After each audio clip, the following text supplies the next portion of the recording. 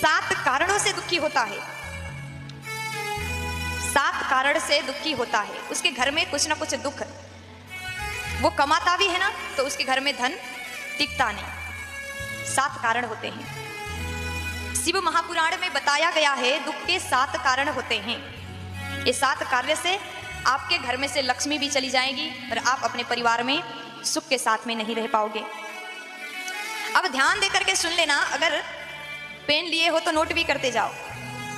पहला कारण, आपने सोचा भगवान शंकर जी के मंदिर में जाऊंगा, खूब सारा जल चढ़ाऊंगा और 21,000 बेलपत्री चढ़ा करके चंदन लगा करके आज तो महादेव को खुश करके ही घर आऊंगा, क्योंकि मन में कामना है, मन में विविध प्रकार के मांग है। आज तो भगवान को खुश करूंगा। चले गए, गंगा जल ले गए, लोटा लोटा भर भर के शंकर जी को जल चढ़ा रहे हैं, बेलपत्री चढ़ा दिया, चंदन लगा दिया, 2 घंटे से मंदिर में बैठे हैं, परंतु मंदिर में और भी भक्त आ रहे हैं।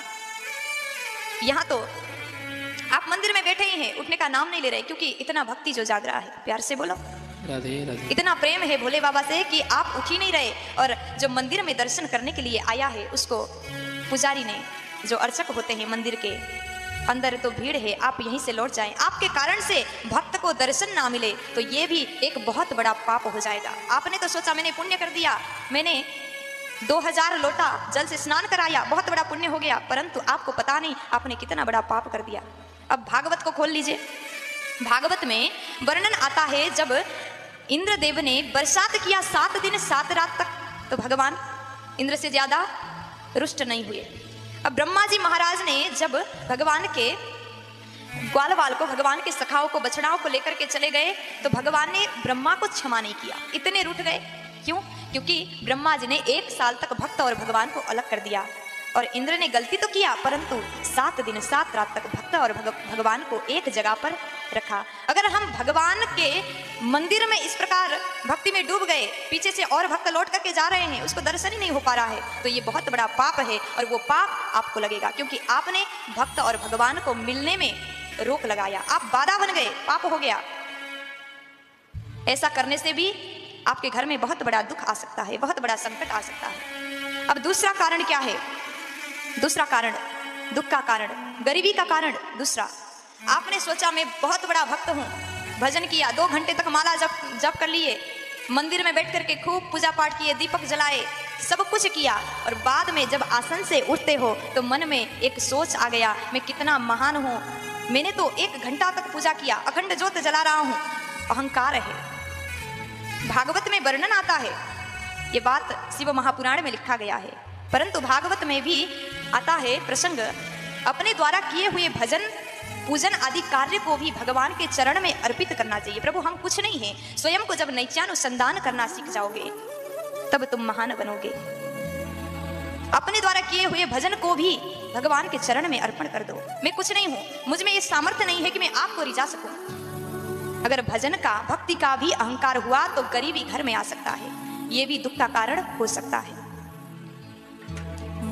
ये बात मैं आज आपको बता रही हूं जो आपको पता नहीं है, आप इस बात को देख नहीं पाओगे। और दुख का तीसरा कारण,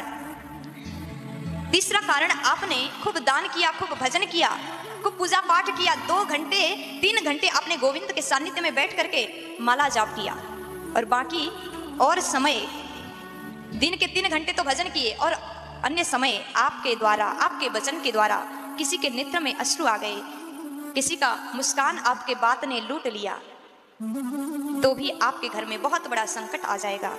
ये भी एक बहुत बड़ा पाप है। इसलिए कभी किसी को रुलाए नहीं। हो सके तो कहा जाता है आप 1000 दीपक जलाओ, और आप कर नहीं पाओ तो आप भजन मत करो, मंदिर मत जाओ, दान मत करो, पुण्य मत करो, पूजा पाठ मत करो। एक दिन में एक व्यक्ति को हंसा सको, उसके चेहरा में आपके वजह से अगर मुस्कान आ गया तो सबसे बड़ा पुण्य का काम हो गया। अगर आपने किसी को हंसा दिया, किसी के दुख को हरण कर लिया, किसी के चेहरा पर आपके वजह से मुस्कान आ गया, तो 1000 दीप जलाने का पुण्य आपको मिल जाएगा। प्यार से बोलो। और प्यारे, दुख का 5वां कारण ध्यान से सुनिएगा।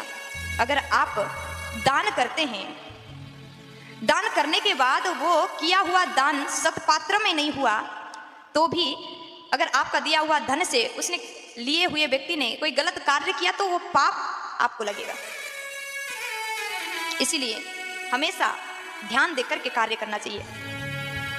और तीन दान का विशेष महत्व है, गाय दान, गौदान, कन्यादान और लक्ष्मी दान, धन का दान हमेशा सोच करके देना चाहिए। अगर आपने बेटी का विवाह ऐसे घर में कर दिया जहां आपकी बच्ची, आपकी बेटी सुखी नहीं है, दिन रात रोती है, तो उस कारण से मायके वाले को, माता पिता को जीवन भर रोना पड़ता है। इसलिए हमेशा विवाह के समय में देख करके, परख करके ही कन्यादान करना चाहिए। और छठवां कारण क्या है? यदि आपके घर में आपने मंत्र उच्चारण किया, आप सुबह शाम पाठ करते हो, सुबह शाम आप पाठ करते हो और मंत्र उच्चारण करते हो, जो आप पाठ करते होंगे घर पे, उच्चारण करते वक्त अगर गलत उच्चारण हो गया, देखिए मंत्र के थोड़ा सा गलत उच्चारण होने से उसका गलत अर्थ लग सकता है। अभी तो नवरात्रि है, सब लोग दुर्गा सप्तशती पाठ कर रहे हैं। दुर्गा सप्तशती में एक कथा है, अंदर आपने पढ़ा होगा, एक यजमान ने ब्राह्मण को, पंडित को बुला करके पाठ कराया, रोज नवरात्रि भर पाठ किया और बड़े मन से, भाव से वो यजमान बैठा करता था। और नवरात्रि के 2-3 महीने बाद उसकी पत्नी मर जाती थी। दोबारा विवाह किया, तीसरा किया, चौथा किया, ऐसा ही हुआ, सभी पत्नियां मर जाती हैं। तो गुरुजी के पास चला गया, गुरुजी क्या किया जाए, मैं बहुत बड़े संकट में हूँ। तो अगले नवरात्रि में जो पंडित द्वारा पाठ कराते थे उनको बुलाया घर में, और उनके गुरुजी ने अंदर बैठ करके मंत्र सुना, जो मंत्र पाठ हो रहा था। तो जब प्रारंभ हुआ तो मंत्र उच्चारण हुआ उनसे, भार्यस्तु भक्षन्तु, वहां पर बोलना था कि हमारे घर के भय, संकट, दुख को हे माता जी, हे माता रानी आप हरण करें, आप भक्षण करें। परंतु यह मंत्र में अशुद्धि हो गया, भार्या को भक्षण करिए, ऐसा उच्चारण हुआ। भार्या मतलब पत्नी। इसी कारण 3-4 महीने बाद पत्नी का मृत्यु हो जाता था, इसलिए वो बड़े दुखी थे। और अगले बार जब पाठ किया तो मंत्र को शुद्धि किया गया। इसलिए कभी भी गलत मंत्र उच्चारण नहीं करना चाहिए। गलत मंत्र का गलत प्रभाव हो सकता है, और वो प्रभाव आपके घर के लिए हानिकारक हो सकता है, दुखदायक हो सकता है। आप ज्ञानी हो, आपको आता है तो पाठ करें, अगर नहीं आता तो हाथ जोड़ करके, प्रभु हमें कुछ नहीं आता, केवल अपना भाव ही अर्पण करें। और घर में कभी बड़ों का तिरस्कार नहीं होना चाहिए। अगर घर में अपने माता पिता का सम्मान नहीं हुआ ना, तो भी आपके घर में कभी लक्ष्मी नहीं रुक सकती। जिस घर में माँ बाप का सम्मान नहीं होता, उस घर में कभी बरकत नहीं होती। प्यार से बोलो। इसलिए हमेशा बड़ों का सम्मान करें। और सातवां कारण है, आपने जीवन में बहुत मेहनत करके धन अर्जन किए, धन कमाए, और एक बार गलत तरीके से किसी का हरण करके, मतलब गलत प्रकार से आपने धन घर में लाया, तो आपने एक बार गलत कार्य से लाया हुआ धन जो है, वो दूषित धन आपके मेहनत के धन को भी साफ कर सकता है। ये 7 कारण हमने आपको बताया दुख का। अगर आप द्वारा भी ये गलती अगर हुआ हो तो जरूर सुधार लीजिएगा।